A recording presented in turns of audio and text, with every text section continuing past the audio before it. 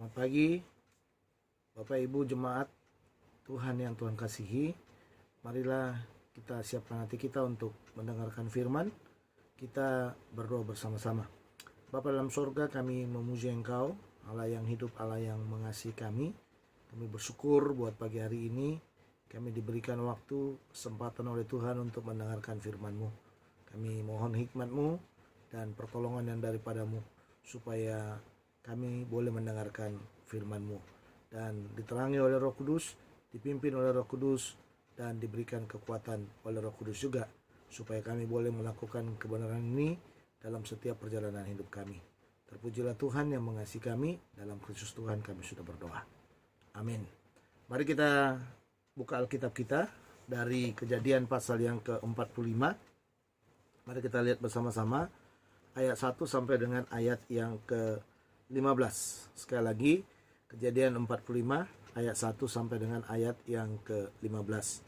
Saya membaca buat Bapak Ibu, demikian firman Tuhan. Ketika itu Yusuf tidak dapat menahan hatinya lagi di depan semua orang yang berdiri dekatnya. Lalu berserulah ia, suruhlah keluar semua orang dari sini. Maka tidak ada seorang pun yang tinggal di situ bersama-sama Yusuf ketika ia memperkenalkan dirinya kepada saudara-saudaranya.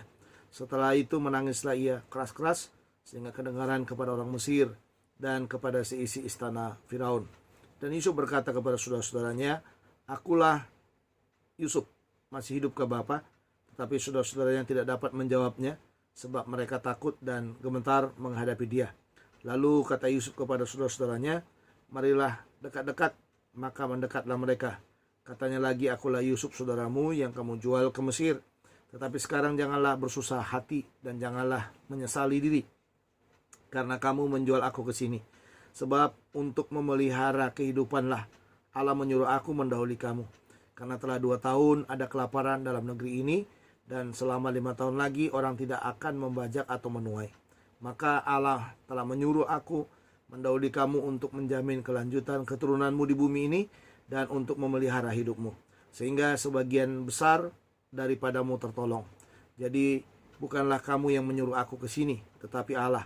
Dialah yang telah menempatkan aku sebagai bapa bagi Firaun dan tuan atas seluruh istananya dan sebagai kuasa atas seluruh tanah Mesir.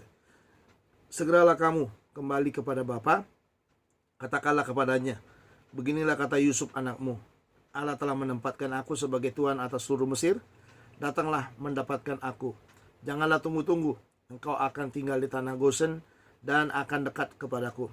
Engkau serta anak dan cucumu, kambing, domba, dan lembu sapimu, dan segala milikmu.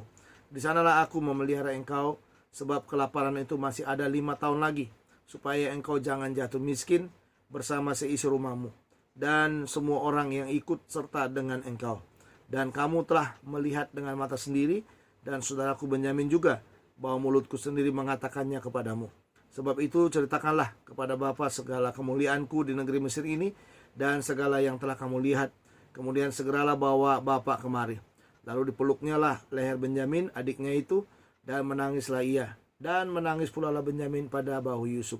Yusuf mencium semua saudaranya itu dengan dengan mesra, dan ia menangis sambil memeluk mereka. Sesudah itu barulah saudara-saudaranya bercakap-cakap dengan dia. Bapak Ibu, saudara-saudara yang dikasih oleh Tuhan, tema kita hari ini hidup rukun dan damai. Ya, hidup rukun dan damai. Ini sebenarnya masih melanjutkan kisah tentang Yusuf yang sudah saya khotbahkan pada minggu yang lalu. Ya, kita bisa melihat dalam bagian ini memang kalau kita melihat cerita tentang Yusuf, banyak tema yang bisa dibuat tentang cerita ini. Dan hari ini berdasarkan buku Almanak Kristen Indonesia, kita diberi tema hidup rukun dan damai. Salah satu rahasia kekuatan Kristen dikatakan adalah rukun dan damai. Rukun dan damai adalah 2 kata yang kelihatannya berbeda, tetapi masih mempunyai hubungan yang sangat akurat satu dengan lainnya. Rukun akan mengarahkan kita kepada kebersamaan. Rukun adalah api unity yang diberikan Roh Kudus kepada kita, sehingga kerinduan kita yang paling dalam adalah kita selalu merindukan diam bersama dengan saudara seiman. Itu yang dikatakan dalam Mazmur 133 itu, ya sungguh alangkah baiknya dan indahnya apabila saudara seiman itu hidup bersama. Ya, sedangkan damai adalah perasaan tenang yang diberikan Roh Kudus kepada kita oleh karena Tuhan Yesus yang tinggal di dalam hati kita. Sehingga Kristus memerintah seutuhnya dalam hidup kita. Makanya Paulus katakan dalam Filipi pasal 4 ayat 7, dikatakan hendaklah damai sejahtera Kristus senantiasa memerintah dalam hati kita. Dan memang kalau damai sejahtera itu tidak memerintah dalam hati kita, maka sulit untuk kita menerapkan kata damai dalam hidup kita. Nah, sehingga kalau kita bisa melihat Bapak Ibu, dari pengertian rukun dan damai ini dapat disimpulkan rukun itu dari kata Yunani yang dikatakan yada, kata Ibrani kata Ibrani yang menggunakan kata yada atau unity, ya. Dan kita bisa melihat beberapa istilah-istilah yang dipakai untuk kerukunan dalam bagian ini. Ada istilah minyak, ya, yang mengkaitkan kita dengan kuasa. Jadi saya percaya sekali di balik kata rukun, ya, dalam Mazmur 133 itu ada kuasa. Lalu ada embun, ya, embun yang bisa dikatakan di balik kerukunan itu ada kesegaran. Ya, jadi kalau orang nggak rukun ya nggak segar lah pasti, ya. Karena kecenderungan kita pasti akan apa? Akan ribut, akan berantem, dan kita akan cenderung untuk kehilangan. Nah, ini kaitannya nanti kehilangan damai sejahtera. Sedangkan kata damai dalam bagian ini, istilah yang dipakai adalah istilah kata tenang, ya, bisa juga nyaman, lalu bisa juga berkaitan ini dengan pikiran bersih, lalu juga berkaitan dengan hatinya yang bersih. Jadi orang yang damai itu saya sangat percaya sekali pikirannya bersih, hatinya juga pasti bersih. Nah, jadi bisa kita lihat rukun dan damai ini memang dua kata yang kelihatannya berbeda, tapi saya sangat percaya bahwa arah tujuannya adalah sama. Jadi prinsip-prinsip dasarnya sebenarnya mengarahkan kita kepada yang disebut kebersamaan, ketenangan, di mana kita sama-sama bisa menikmati kehadiran Tuhan di dalam kerukunan dan kedamaian itu. Nah, kalau kita melihat alur narasi dari cerita Yusuf ini sebenarnya dikatakan bahwa Yusuf itu adalah anak Yakub yang begitu banyak ditimpa oleh kemalangan. Ya, oleh karena sudah jelas itu perlakuan daripada saudara-saudaranya. Ia terpisah dari orang tuanya dan 11 saudaranya yang lain oleh karena perlakuan saudara-saudaranya. Getir, manis dan pahitnya hidup sudah dia lalui. Hidup terbuang, difitnah, dipenjara, dia jalani dengan hati yang damai tanpa harus menyimpan kebencian. Inilah kekuatan Yusuf yang saya tahu, bahwa sepahit apapun hidup itu, saya melihat dia tidak pernah mengeluarkan kata keluhan, aduh kenapa berat sekali beban ini. Nggak pernah. Alkitab tidak pernah mencatat itu, sekalipun mungkin dalam hati, pikiran, dan segala perasaannya hal-hal itu pasti terjadi. Tetapi saya sangat percaya sekali hal-hal yang terjadi dalam pikiran, perasaan itu tidak sampai keluar, karena dia bisa membereskannya dengan Tuhan yang memanggil dia, Tuhan yang setia kepadanya. Nah, Yusuf dengan hati yang bersih, dikatakan membuat dia tinggal tenang dalam damai. Ia tidak pernah memikirkan masa lalu. Ia selalu melihat ke masa depan. Ia senantiasa disertai Allah, hingga menjadi, kalau kita melihat dari semua alur cerita yang ada, ya, dia menjadi Perdana Menteri di Mesir. Dalam arti dia menjadi penguasa. Ya, jadi semua kekuasaan Mesir dipercayakan kepadanya. Rahasianya sebenarnya kalau kita bisa melihat rahasianya itu pada waktu dia berhasil menafsirkan, ya, mimpi daripada Firaun. Nah, kelaparan sedang melanda berbagai daerah pada waktu itu. Jadi karena mimpi itu memang 7 tahun lapar, 7 tahun berkat. Ya, 7 tahun berkat. Dalam 7 tahun lapar, ya, dalam 7 tahun lapar itu dia harus berhikmat mengumpulkan. Atau dalam 7 tahun berkelimpahan itu dia harus berhikmat mengumpulkan semua harta, ya, semua kekayaan Mesir itu dia berhikmat mengumpulkan. Lalu dalam 7 tahun yang kedua, pada waktu muncul kelaparan itu, dia mengeluarkan semua kekayaan itu. Nah, itulah hikmat yang Tuhan berikan kepada Yusuf, sehingga dia mampu, kalau kita bisa melihat, dia mampu mengelola apa yang dipercayakan kepadanya. Ya, dan memang bisa kita lihat di daerah Timur Tengah, bahkan mungkin di beberapa dunia pada waktu itu, kelaparan itu sedang melanda. ya termasuk tanah Kanaan, tempat tinggal dari ayah dan saudara-saudaranya atau keluarganya. Nah, sehingga kalau kita melihat dalam pasal 43, untuk menyambung hidup saudara-saudaranya pun terpaksa harus datang ke Mesir untuk mencari yang namanya apa? Makanan. Jadi dalam pencarian makanan itu mereka sebenarnya berhadapan dengan yang namanya Yusuf, tetapi mereka tidak mengenal Yusuf. Nah, ini luar biasa sekali, saudara.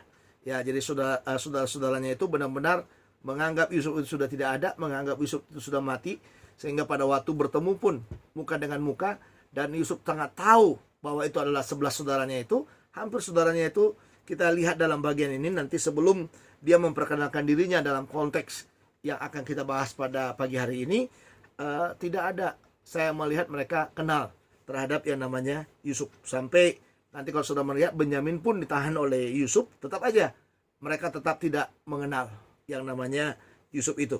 Nah, jadi kita bisa melihat dalam bagian ini, mereka itu ibarat manusia tidak bersalah. Ya, demikianlah saudara-saudaranya itu dengan tenang menghadapi hidup mereka setiap harinya. Jadi tidak ada penyesalan, tidak ada keluhan, tidak ada tangisan, tidak ada kekecewaan. Mengapa harus kami membuang Yusuf, membunuh Yusuf, dan lain sebagainya. Hampir tidak ada keluhan-keluhan itu. Mereka sedang diperhadapkan dengan kelaparan, mau tidak mau mereka harus ke Mesir dan harus bertemu dengan Yusuf, sang Perdana Menteri Mesir itu. Nah, Bapak Ibu, saudara, kita harus hidup rukun dan damai. Nah, ini kata kunci yang harus kita ingat. Ya, jadi apapun kondisi kita, apapun keluhan kita, dikatakan dalam Alkitab ini bahwa kita harus hidup rukun dan damai. Ini kita bisa melihat, menyimpulkan alur cerita dalam Kejadian 45 ayat 1-15. Pada waktu Yusuf memperkenalkan dirinya kepada saudara-saudaranya, kita bisa melihat bahwa Yusuf ini adalah salah satu tokoh yang mencetuskan yang namanya hidup rukun dan damai. Jadi sekali lagi, kita harus hidup rukun dan damai. Bagaimana caranya? Ada 3 hal yang harus kita lakukan supaya kita bisa menciptakan kerukunan dan kedamaian itu. Yang pertama, saudara, dikatakan jangan ingat kepahitan masa lalu. Nah, ini penting sekali nih buat kita. Jangan ingat kepahitan masa lalu. Rukun dan damai dimulai dari diri kita. Penghalang utamanya adalah pada waktu kita masih berkaca kepada masa lalu. Ya, jadi kalau kita balik, kenapa sukar kerukunan dan kedamaian itu tercipta dalam kesatuannya kita? Karena apa? Karena kita selalu kembali ke belakang. Udahlah. Jangan dengan dia deh. Jangan jalan dengan dia deh. Kita udah tahu deh. Dulu kita pernah dikhianati. Dulu kita pernah disakiti. Atau kalau kita yang mau mencetuskan yang namanya kerukunan dan kedamaian itu, gak bisa deh. Kayaknya saya harus mencari orang yang lain untuk bisa berjalan dengan saya. Karena, saya tahu persis deh nih orang. Ya, dulu sangat mengkhianati saya. Sangat menyakiti saya, sangat memperlakukan saya tidak adil, dan lain sebagainya. Jadi kita bisa melihat dalam bagian ini banyak yang pahit yang telah diperbuat oleh saudaranya kepada Yusuf. Tapi lihat di dalam pertemuan mereka, tetapi Yusuf melupakan itu. Dalam pembacaan kita tadi, waktu dia memperkenalkan dirinya, ya, dia tidak ada satu kata pun yang kita lihat dia kembali kepada masa lalu dan mengatakan bahwa dia sedang kepahitan, dia sedang kesakitan, dan dia sedang dendam kepada mereka. Jadi dalam narasi kita dijelaskan bahwa Yusuf memperkenalkan diri kepada saudara-saudaranya. Yusuf hanya bisa menangis. Menangis karena kerinduannya kepada saudara-saudaranya. Jadi bukan menangis karena perlakuan dari saudara-saudaranya kepadanya. Karena di dalam ayat 1 dijelaskan, ketika itu Yusuf tidak dapat menahan hatinya lagi di depan semua orang yang berdiri di dekatnya. Gak bisa menahan hatinya. Karena apa, saudara? Karena saudara-saudaranya itu tidak kenal sama sekali sama dia. Padahal dia sangat merindukan saudara-saudaranya itu. Ya, begitu dia melihat saudara-saudaranya itu datang ke Mesir, kerinduan itu menjadi kerinduan yang sangat dalam buat dia. Tapi kita bisa melihat dalam bagian ini, tidak dapat menahan diri yang dicatat dalam ayat-ayat dalam ayat 1-15 itu bukan karena emosi, tapi karena kerinduannya. Kerinduannya kepada ayah dan saudara-saudaranya. Kerinduan itu dia ungkapkan dengan kata, akulah Yusuf, masih hidupkah Bapa. Luar biasa, saudara. Akulah Yusuf, masih hidupkah Bapa? Ya, dia tahu bapaknya mungkin udah tua. Yang dia tanyakan itu, masih hidupkah Bapa? Meskipun saudaranya diam. Dikatakan dalam pembacaan kita tadi, diam, takut dan gentar menghadapi dia, tetapi Yusuf menenangkan mereka dengan perkataan. Lalu kata Yusuf kepada saudara-saudaranya itu, marilah dekat-dekat. Maka mendekatlah mereka. Katanya lagi, akulah Yusuf saudaramu yang kamu jual ke Mesir. Ini luar biasa. Marilah mendekat kepadaku. Ya, marilah dekat-dekat. Wah, luar biasa saudara. Kenapa? Karena kalau orang yang tinggal dalam masa lalu, tinggal dalam kebencian, yang pertama yang dia lakukan, jangan coba-coba dekat dengan aku. Hari ini juga saya akan membalas semua rasa sakit saya, semua rasa kecewa saya, semua hal-hal yang pernah engkau lakukan kepada saya. Tapi dia terbalik. Dia mengatakan, marilah dekat-dekat dengan aku, ya, marilah mendekatlah, ya, maka marilah dekat-dekat dengan aku, katanya. Mendekatlah, gak usah takut. Dalam arti dia menenangkan saudara-saudaranya bahwa tidak ada satu kebencian pun yang hadir dalam dirinya. Jadi saya melihat, ya, tidak ada satu kata keluhan yang diucapkannya untuk kembali kepada masa lalu. Munculnya kata, akulah Yusuf saudaramu yang kamu jual ke Mesir, ini hanya rujukan untuk mengingatkan mereka akan kenangan masa lalu, yang sekarang bagi Yusuf adalah suatu kebaikan. Inilah ciri orang yang suka hidup rukun dan damai, tidak menaruh kebencian sedikit pun di dalam hidupnya. Ya, ini ciri orang, saudara. Tidak ada kebencian sedikit pun dalam hidupnya. Sekalipun ia pernah hancur karena perlakuan saudaranya, yang dia tahu hanyalah kebaikan Tuhan di balik kepahitan itu. Dan memang harus seperti ini. Ya, kita kadang-kadang saudara, ya, kenapa kita nggak bisa rukun, nggak bisa bersatu, kenapa kita nggak diberkati oleh Tuhan, ya, kenapa hidup kita cuma seperti itu, kenapa? Terlalu banyak masa lalu dalam hati kita. Setiap kita bertemu dengan orang, yang kita ingat adalah kepahitan yang pernah dilakukannya. Sehingga saudara, untuk bisa disatukan kembali, sukar akhirnya. Karena apa? Karena kepahitan itu. Untuk bisa bersatu, yang kita lakukan apa? Was-was. Ya, kalau kita udah was-was, nggak mungkin ada yang namanya rukun dan damai itu lagi. Ya, jadi setiap ketemu, awas loh. Wah, pasti pasti mengkhianat nih. Pasti menyakiti ini, pasti mengecewakan ini, dan lain sebagainya. Jadi, kita bisa melihat, sehancur apapun kita, belajarlah untuk apa? Untuk senantiasa hidup dalam kerukunan dan hidup dalam kedamaian itu. Nah, Bapak Ibu, saudara-saudara yang kasih dalam Tuhan, ya, kita harus hidup rukun dan damai. Bagaimana caranya? Yang pertama, jangan ingat kepahitan masa lalu. Dan yang kedua sekarang adalah ingat akan rencana Allah di balik kepahitan yang pernah terjadi. Sekali lagi, ingat akan rencana Allah di balik kepahitan yang pernah terjadi. Nah, kalau kita bisa melihat dalam bagian ini, arti utama yang ditekankan oleh poin yang kedua ini adalah Allah tidak pernah diam. Ingat baik-baik, Allah tidak pernah diam. Allah ingat akan kita. Sekalipun kepahitan itu ada. Untuk rukun dan damai, ingatlah cara kerja Tuhan yang membawa kita kepada rencananya. Jadi maksudnya begini, jangan balik ke belakang, tapi ingat, sampai sekarang ini, semua kebaikan Tuhan, semua kasih Tuhan, dan semua kemurahan Tuhan itu sudah kita alami. Jadi kalau kita sudah mengalami itu, layakkah kita marah? Layakkah kita menyimpan benci? Sehingga kita nggak bisa rukun dengan saudara kita, nggak bisa berdamai dengan saudara-saudara kita. Nah, ini yang dikatakan Yusuf kepada saudara-saudaranya. Sejumlah kebenaran dia ungkapkan. Kalau sudah melihat dalam ayat 5-8.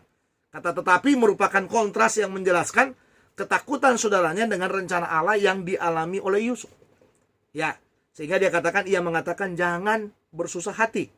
Jangan menyesali diri karena telah menjualnya ke Mesir. Ini luar biasa ini saudara. Jangan bersusah hati, jangan menyesali diri karena telah menjualnya ke Mesir. Ia mengungkapkannya, sebab untuk memelihara kehidupanlah Allah menyuruh aku mendahului kamu. Jadi kamu udah buang aku. Ya, aku memang gak bertumbuh bersama-sama dengan kalian, tidak besar bersama-sama dengan kalian. Tetapi yang dikatakan oleh Yusuf dalam bagian ini, sebab untuk memelihara kehidupanlah Allah menyuruh aku mendahului kamu.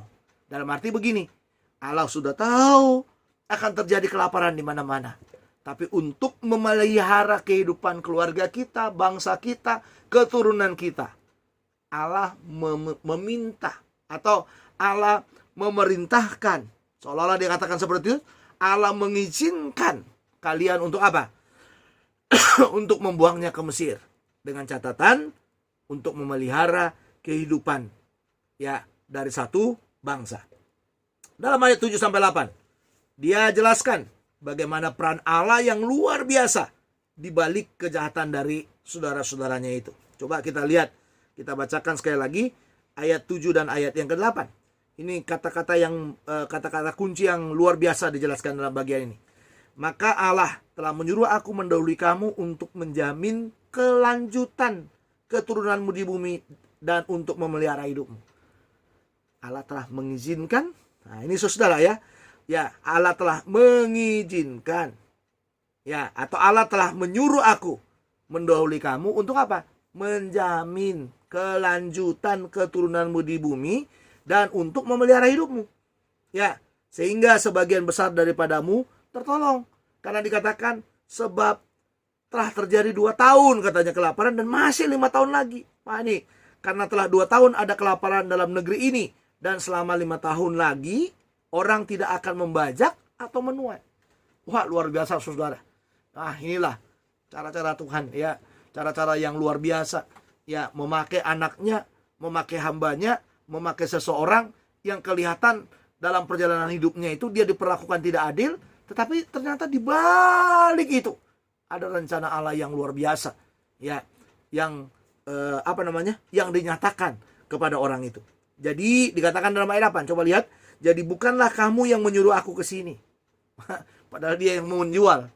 Tapi orang yang punya visi ke depan, orang yang melihat tangan Tuhan dalam hidupnya, dia akan berkata seperti ayat 8 ini. Jadi bukanlah kamu yang menyuruh aku ke sini, tetapi Allah. Dialah yang telah menempatkan aku sebagai bapak bagi Firaun. Luar biasa. Sebagai bapak bagi Firaun dan tuan atas seluruh istananya dan sebagai kuasa atas seluruh tanah Mesir. Lihat 3 kata kunci di sana. Ya. 3 kata kunci yang diperlakukan oleh Allah kepada Yusuf setelah saudara-saudaranya memperlakukan yang jahat kepadanya, tapi lihat kebaikan Allah kepadanya, dikatakan dia ditempatkan sebagai bapak bagi Firaun, lalu sebagai tuan atas seluruh istananya, dan yang ketiga dikatakan sebagai kuasa atas seluruh tanah Mesir. Luar biasa nggak? Wah, luar biasa sekali saudara. Bapak, tuan, dan kuasa. Bapak, tuan, dan kuasa. Hebat. Dan itulah cara kerjanya Tuhan. Jadi kadang-kadang saudara, kalau saudara diperlakukan tidak adil, seharusnya ini yang saudara lihat. Apa rencana Tuhan di balik itu? Dan itu yang dilakukan oleh Yusuf, sehingga pada waktu dia bertemu dengan saudara-saudaranya, nggak ada kebencian yang dia tunjukkan. Semua kebaikan Allah yang dia perlihatkan. Dan inilah yang dikatakan menciptakan kerukunan dan kedamaian itu. Ya, kalau orang Batak itu disakiti saudara, dan sakit itu adalah sakit yang dianggapnya sudah tidak mampu lagi dia. Ya, tidak mampu lagi dia menghadapi perjalanan hidup karena kepahitan yang dilakukan itu. Saudara, dia ada satu istilah dalam orang Batak, sampai ke tanah sekalipun, sampai mati pun aku tidak akan berdamai denganmu. Nah, tapi kita bisa belajar nih Bapak Ibu dari Yusuf. Ya, kita belajar dari Yusuf. Jangan pernah memberi celah sedikit pun kepada setan, kepada iblis, untuk menguasai hati kita atas kepahitan yang pernah kita hadapi dalam hidup ini. Tetapi belajarlah untuk mengingat rencana Allah di balik kepahitanmu. Supaya apa? Supaya kita ini menjadi pencipta-pencipta kerukunan dan kedamaian.